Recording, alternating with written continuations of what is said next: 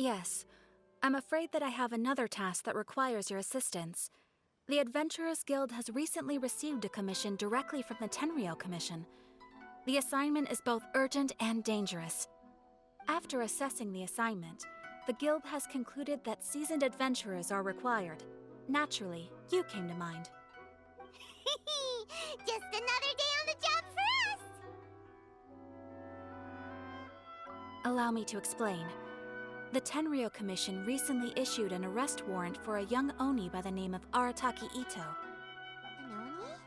You mean those big, tough-looking guys with horns on their heads? That's correct. This particular Oni is quite vocal and audacious, so he already has quite the reputation on the streets. That said, he has never been caught up in major trouble of any kind. So it came as a surprise to learn that he has recently been accused of stealing things, and sometimes even whisking away the people themselves. But it doesn't end there. When the Tenryou Commission dispatched a Doshin to apprehend him, he assaulted the Doshin before making a getaway with his accomplices.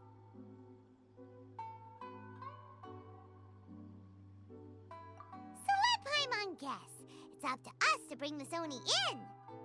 No problemo! This does sound like a job for the Traveler. She'll be back with that Oni in no time! I have complete confidence you will succeed. However, please exercise caution. This Oni also happens to hold a vision, and is the leader of an organization known as the Arataki Gang.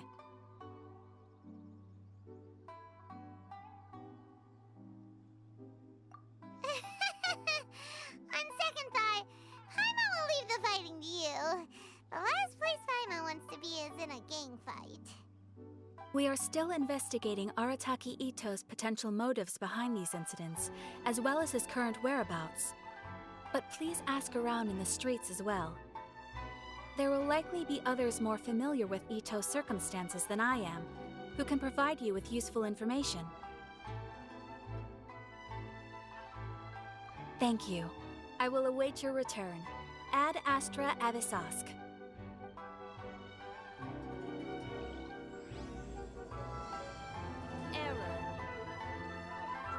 Well, let's start asking around on the streets. Hopefully we'll learn a little more about this Arataki Itto guy and figure out where he might have run off to. Arataki Itto? Yeah, I've heard of the guy. Word is he did something monumentally stupid, then ran off before they could catch him. And to be completely honest, I was a little surprised when I first heard it. Okay, well, I mean, not that surprised. Wait, you mean he already had a bad reputation? No, not exactly. He's just very overbearing in everything he does. Big and brash and always making a ruckus. So, on the one hand, he's a larger-than-life kind of guy. But on the other hand, he's emotionally volatile. When he's in a good mood, he's as high as a kite. But when he gets upset, he gets completely enraged. I don't personally see him as a bad guy, but I guess I wouldn't put it past him to get all riled up and lose control.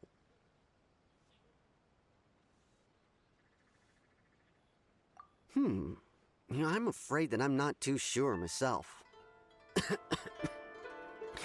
I keep a pretty good eye on what's happening in the city, and as far as I can tell, he just idles the days away. When someone asks for it, he's willing to lend a helping hand, but other than that, he's just out making a scene with the kids on the street or his gang. If I had to guess, his lack of income finally drove him to do something more drastic to make ends meet. Is it just Paimon, or is this Itto fellow starting to sound pretty weird? I'm afraid that I don't have much else to tell you. He tends to spend his time with people a little more lively than myself. Perhaps you could try asking around some more. Okay, thanks!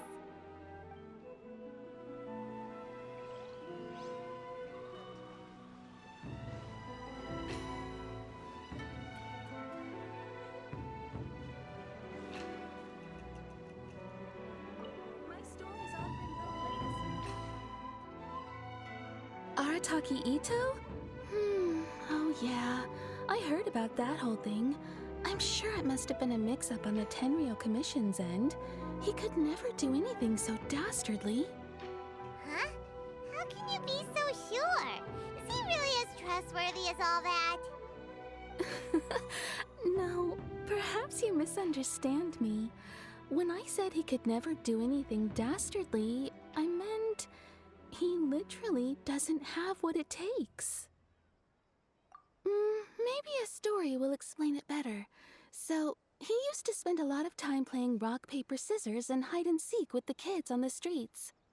Kids, being kids, aren't exactly the most difficult to outsmart. I'm sure you can see what I'm getting at here. He used to lose all the time, sometimes catastrophically. On purpose, though, right? No, not at all. The one time I saw him win, he started jumping around and yelling, "I won! I finally won! I'm unbeatable!" And so on. Then he took the kid's candy as his prize and ate it right there in front of him. Ugh, that's just plain wrong. He did take it way too far that time. The poor kid started crying, so I stepped in and gave Itto a scolding.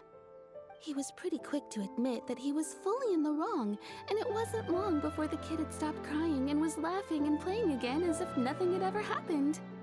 In fact, the children quite like playing with him because he's always serious about the stakes and never throws a game on purpose. So, I suppose what I'm trying to say is a guy who can't even beat kids at a children's game really gonna be capable of these kinds of diabolical deeds? Huh. He doesn't sound like a bad guy at all. In fact, he kind of sounds like a man of integrity. Yes, my thoughts exactly. Still, the Tenryou Commission's evidence against him is supposed to be irrefutable.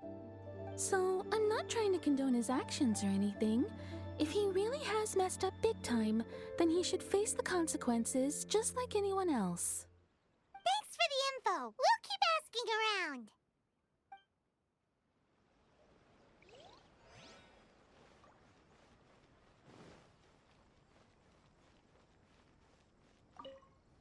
Arataki Itto. Of course I know him. We've been trying to apprehend him recently.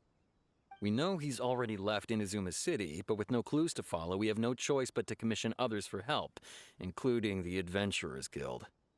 Catherine says that Arataki Itto hasn't done anything seriously bad before, so it seems pretty strange. Paimon's curious. Is there any evidence of all this stuff he's accused of? Yes, of course. Otherwise, we'd never have put so many people on the case.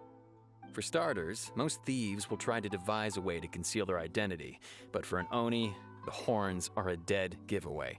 I mean, the whole city could have recognized it was him.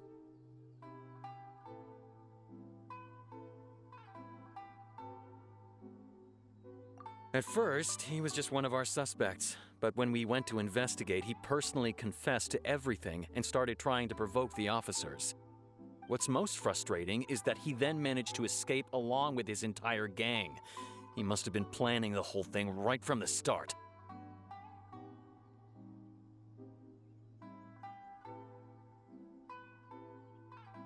Of course he did.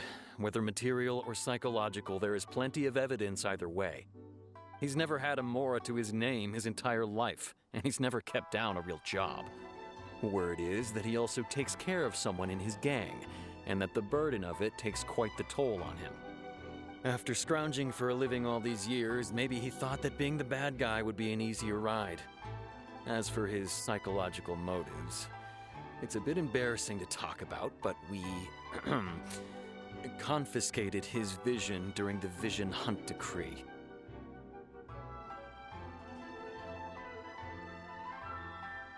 At the time, Arataki Itto put up quite a fight. It took a huge amount of manpower and resources, and in the end we had to enlist the help of Kujo Sara to finally secure his vision.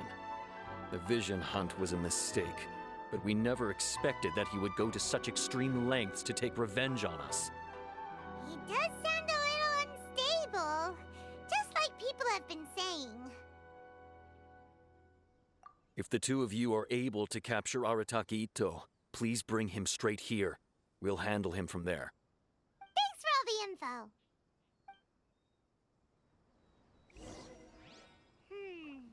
Too bad we still don't know where he could have run off to. We already got word on the street, so maybe it's time to talk to a real specialist. Paimon remembers that there's a detective agency here in Inazuma. Maybe we can try asking there.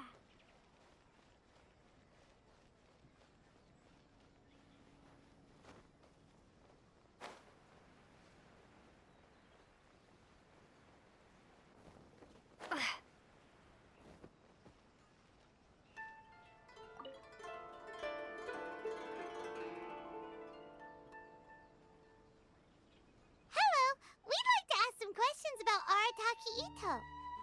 Oh, him again. Sure. I have answers. We've already done some investigating for the Tenryou Commission. But first, do you have enough Moro to cover the fee? I've heard all about your travels. After everything you've been through, I'm sure you understand the way these sorts of things work. How much more are we talking about here? A one-off payment of 397,000 Mora, up front. Plus a further 5% of your Adventures Guild remuneration as my commission, if Arataki Itto is successfully caught and brought to justice. Whoa! That's crazy expensive! How did you even come up with the price that high? Hold on. I wasn't finished. It just so happens the initial fee has already been paid in full by the Tenryou Commission. All you'll need to pay is the small commission fee. And, as for that amount, I'll settle things with the Adventures Guild once we have Itto. So, from the way I see it, you guys are getting a pretty nice deal. Now then, to give you the full picture in this case, we must first recount a well-known Inazuman fairy tale. A long, long time ago, in a village lost to time, there lived a crimson Oni and a blue Oni. They were the best of friends. The crimson Oni looked fierce, but was gentle like the humans. The blue Oni looked human, but was reclusive, like an Oni. The crimson Oni wished to befriend the humans, but they were scared and threw beans at him whenever he came near.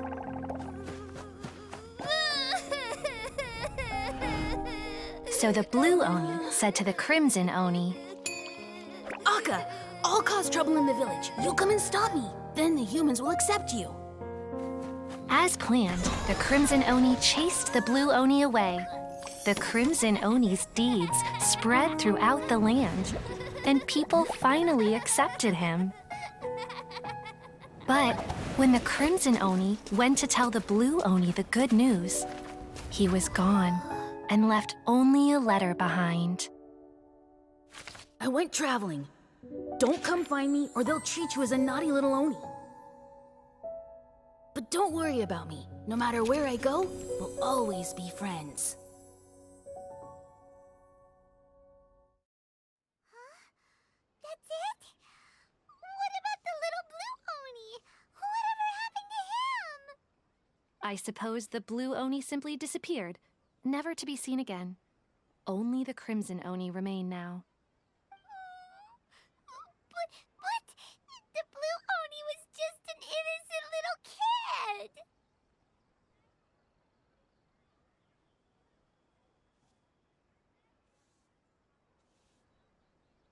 Of course it does.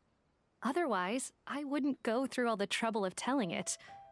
One interpretation is that the story is actually broadly based on historical events and that Arataki Itto is, in fact, a descendant of the Crimson Oni. What I'm trying to tell you is that the Oni have sacrificed a lot in the past in order to finally integrate themselves into human society. But there are still some volatile personality traits in the Oni bloodline. Every generation of Oni inherits these traits. So while Arataki Itto has never been known to commit a wrongful act in the past, can we ever completely rule out the possibility of him one day allowing this side of him to take over?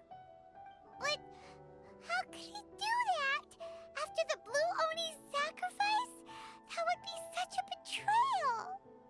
That's a very old story. Nobody knows how long it's been since the Blue Oni disappeared. We can only assume that they have long since died out, in which case, it would be quite a stretch to say it still counts as a betrayal at this point. Besides, the suspect has already confessed. What is there left to discuss? According to my investigation, he was headed southwest. I would bet he's already made it to Yashiori Island by now. The Tenryou Commission is unable to enter territory controlled by Sangonomiya troops. No doubt that's the reason Arataki Itto chose to flee in that direction.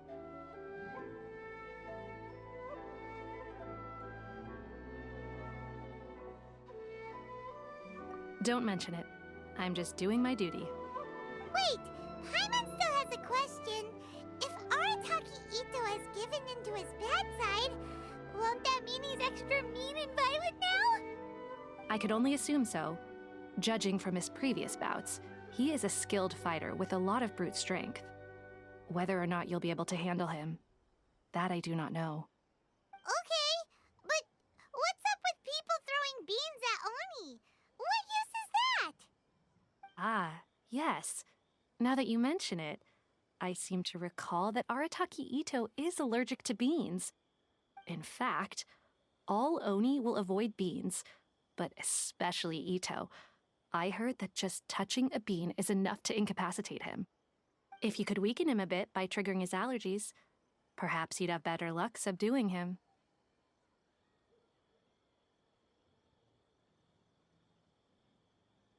Right! Knowing our target's weakness will make things a whole lot easier. It just so happens that I have a bag of beans right here. I was planning to use them to make some porridge, but I think you will find a better use for them. Of course, I will charge the Adventurers Guild a fair and reasonable rate for the beans. Sneaky!